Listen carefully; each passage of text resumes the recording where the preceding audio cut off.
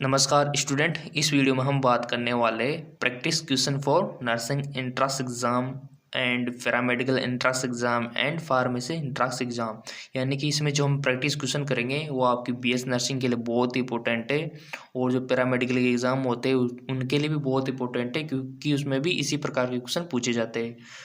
अगर आप प्रिपरेशन कर रहे हो तो तीनों में आप एग्ज़ाम क्वालिफाई कर सकते हो इसके अकॉर्डिंग, इस प्रैक्टिस क्वेश्चन के अकॉर्डिंग। फार्मेसी का एंट्रेंस एग्ज़ाम हो गया, इन सभी के एंट्रेंस एग्ज़ाम के लिए 12th पास फिजिक्स केमिस्ट्री बायोलॉजी होना कंपलसरी है, ठीक है। और आपकी एज मिनिमम 17 ईयर्स होनी चाहिए। तो हम देख लेते हैं प्रैक्टिस क्वेश्चन जो कि बहुत ही इंपॉर्टेंट है इनमें सिलेक्शन के लिए। अगर आपने इस चैनल को सब्सक्राइब नहीं किया है तो प्लीज़ सब्सक्राइब कर लीजिए जेके लोन जॉब चैनल को और पाते रहिए latest update time to time.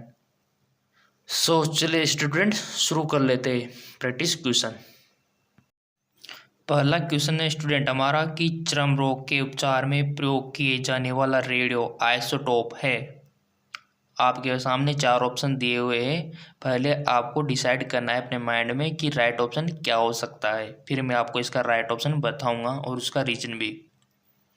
I hope student आपने 1 ऑप्शन सेलेक्ट कर लिया होगा। इसका राइट ऑप्शन होगा रेडियो फॉस्फोरस। आपके पास 4 ऑप्शन दिए हुए थे, रेडियो सीसा, रेडियो कोबाल्ट और रेडियो आयोडीन और रेडियो फास्फोरस। यहाँ पर जो अदर ऑप्शन दिए हुए हैं उनको इग्नोर ना करें, उनके बारे में भी जानने का प्रयास करें, क्योंकि आपको नॉलेज को बढ़ाना है ना कि रटना। रेडियो फास्फोरस क्या होता है इसके बारे में आपको इन्फॉर्मेशन देता हूँ कि रेडियो फास्फोरस एक्चुअली है क्या। फास्फोरस तो आप जानते होंगे, फास्फोरस की हमारा जो एटॉमिक नंबर होता है वो कितना होता है 15। तो उसके बारे में कौन नहीं जानता, उसके बारे में डीपली जानना जरूरी है फास्फोरस के बारे में, और जो कि अदर चीज़ें दी हुई है उनके बारे में भी थोड़ा थोड़ा अगर आप जान लोगे ना तो आपके लिए बेस्ट रहेगा।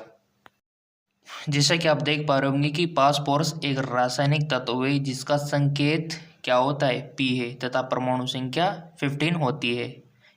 यह शब्द ग्रीक यूनानी भाषा के पोस का मतलब होता है प्रकाश तथा फोरस का मतलब होता है धारक से मिलकर बना है, जिसका शाब्दिक अर्थ हुआ प्रकाश का धारक। ये पोस्पेट चट्टानों में पाया जाता है। इसकी संयोजकता 1, 3 और 5 होती है। तत्वों की आवर्त सारणी में ये भूयाति के समूह में आता है और इसका भास्वर भी बोलते हैं इसको। इस प्रकार थोड़ी बहुत अगर आपको नॉलेज होगी ना सभी जो हमारे एटॉम है उनके बारे में, तो आप अच्छा कर सकते हो, ठीक है ना। सो स्टूडेंट हमारा राइट ऑप्शन हो जाएगा रेडियो फॉस्फोरस। क्वेश्चन था हमारा कि आइसोटोप है। आइसोटोप का मतलब क्या होता है? आइसोटोप का मतलब होता है समस्थानिक, और समस्थानिक में भी क्या कि जिसकी परमाणु संख्या समान होती है परंतु बाहर अलग अलग होता है, वो होता है आइसोटोप। थोड़ा सा देख लेते हैं इनको। समस्थानिक एक ही तत्व के परमाणु जिनकी परमाणु संख्या समान होती है परंतु भार अलग अलग होता है उन्हें समस्थानिक कहा जाता है। इनमें प्रत्येक परमाणु में समान प्रोटॉन होते हैं जबकि न्यूट्रॉन की संख्या अलग अलग रहती है। इस कारण परमाणु संख्या तो समान रहती है लेकिन परमाणु का जो द्रव्यमान है वो अलग अलग हो जाता है। क्यों हो जाता है? क्योंकि इसमें जो है प्रोटॉन जो होते हैं हमारे उनकी संख्या तो समान है बट न्यूट्रॉन की संख्या अलग अलग रहती है इस कारण से। और इन्हीं को हम क्या बोल रहे हैं? समस्थानिक, जिनमें परमाणु संख्या जो है समान है परंतु बाहर अलग अलग है, ठीक है। अब चलते हैं नेक्स्ट क्वेश्चन की ओर। नेक्स्ट क्वेश्चन है स्टूडेंट हमारा कि बहुत अधिक ऊंचाई पर मनुष्य की लाल रुधिर कणिकाओं का आकार बढ़ जाता है या फिर संख्या बढ़ जाती है या फिर उनका आकार छोटा हो जाता है या फिर उनकी संख्या घट जाती है। बताइए स्टूडेंट क्या होता है अधिक ऊंचाई पर आरबीसी की संख्या को लेकर, उसके नंबरिंग को लेकर। आपके पास 4 ऑप्शन दिए हुए हैं। पहला है कि आकार बढ़ जाता है, बी ऑप्शन है कि उनकी संख्या बढ़ जाती है, सी दिया हुआ है कि उनका आकार छोटा हो जाता है, डी दिया हुआ है कि उनकी संख्या घट जाती है। बताइए स्टूडेंट इसका राइट ऑप्शन क्या हो सकता है। आई होप स्टूडेंट आपने 1 ऑप्शन सेलेक्ट कर लिया होगा।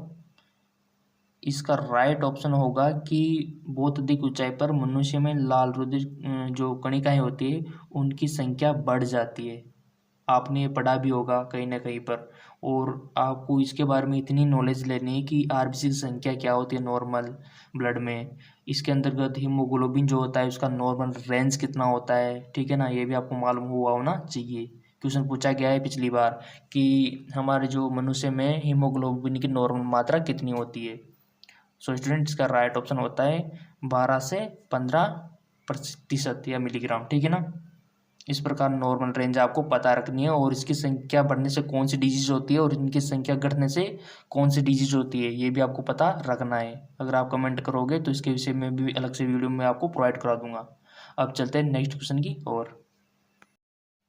नेक्स्ट क्वेश्चन है हमारा कि आधुनिक चर्म शोधन उद्योगों में ऐसी कौन सी बाहरी धातु पाई जाती है जो विषैली होती है। आपके पास ऑप्शन है निकिल, जस्ता, क्रोमियम, सीसा। बताइए स्टूडेंट्स का राइट ऑप्शन क्या हो सकता है।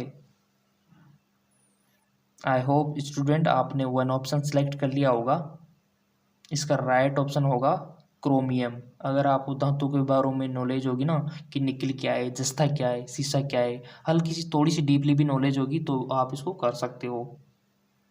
सो स्टूडेंट क्रोमियम का यूज किया जाता है।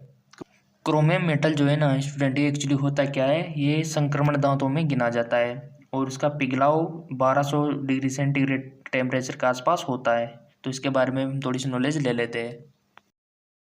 जैसे कि स्टूडेंट आप स्क्रीन पर देख पा रहे हो, क्रोमियम एक रासायनिक तत्व है जो रासायनिक नजरिए से संक्रमण धातुओं का सदस्य है। यह एक चमकीला स्लेटी भूरे रंग का सख्त लेकिन आसानी से टूटने वाला धातु है। ये आसानी से टूट जाता है क्रोमियम।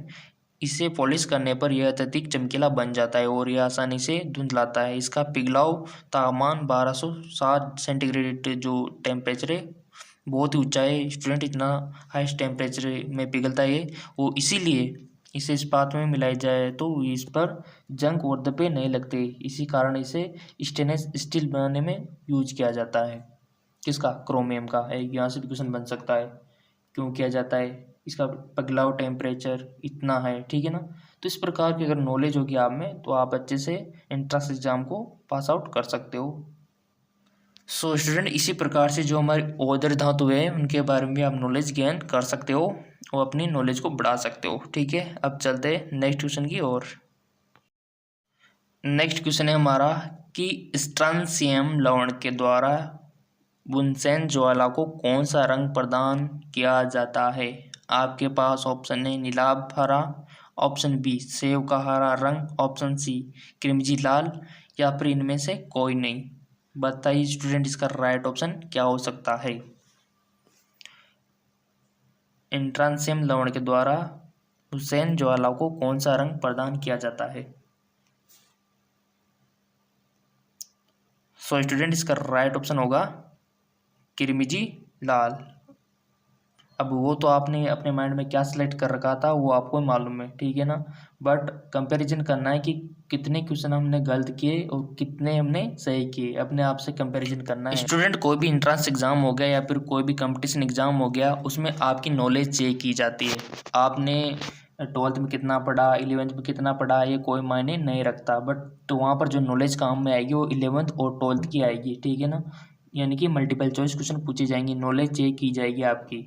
जैसे कि आपने अभी सब्जेक्टिव नॉलेज तो पेपर में लिख ही दिया होगा या फिर एग्ज़ाम दे रहे होंगे अभी तो बहुत सारे, ठीक है ना। तो अपने कॉपियाँ बननी होती है उनमें, यानी कि कोई रटा रटाया ज्ञान भी उसमें लिख देता है। बट यहाँ पर आपकी नॉलेज चेक की जाती है, इसलिए यहाँ पर ऑब्जेक्टिव टाइप के क्वेश्चन पूछे जाते हैं आपसे। तो आपको रटना नहीं है, समझना है, ताकि आपको लाइफ टाइम याद रहे।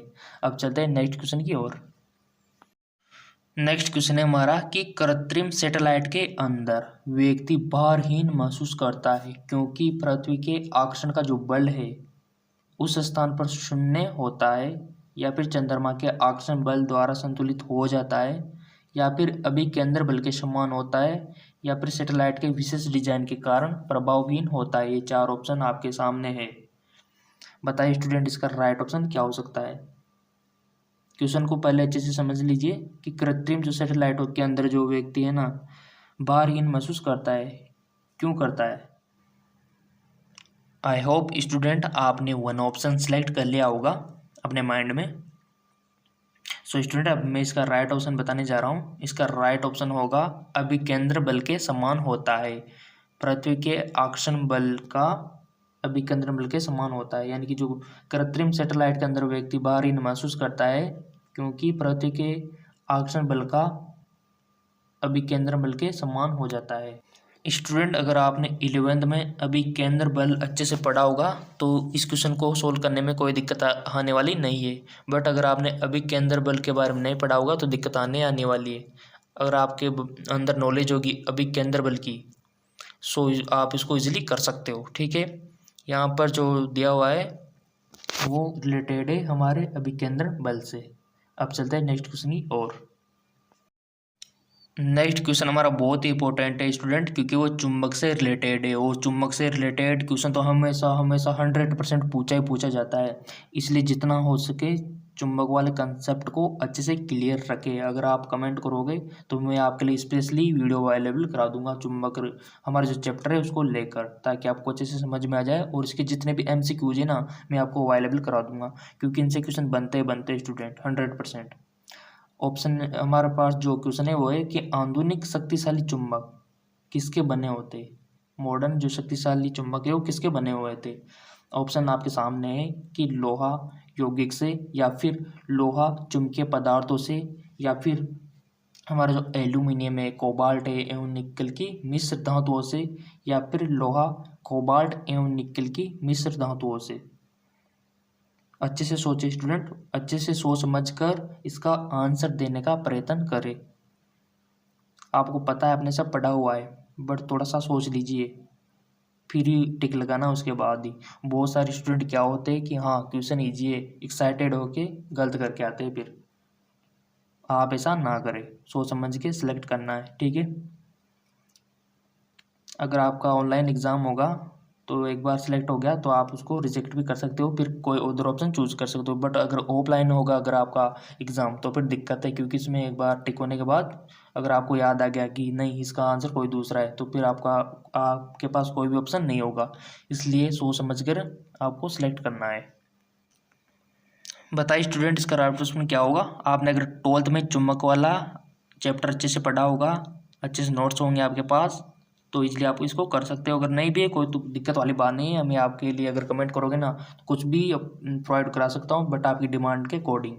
सो स्टूडेंट, इसका राइट ऑप्शन होगा कि आधुनिक शक्तिशाली चुंबक किसके बने हुए थे। इसका राइट ऑप्शन है कि एल्यूमिनियम, कोबाल्ट एवं निकल की मिश्र धातुओं से बने हुए होते हैं। और ये क्वेश्चन पिछली बार पूछा भी गया है। ठीक है ना, इस प्रकार से आपको पता हुआ होना चाहिए। अब चलते हैं नेक्स्ट क्वेश्चन की ओर। नेक्स्ट क्वेश्चन है हमारा कि निम्नलिखित में से कौन सी घटना सबसे पहले घटी थी।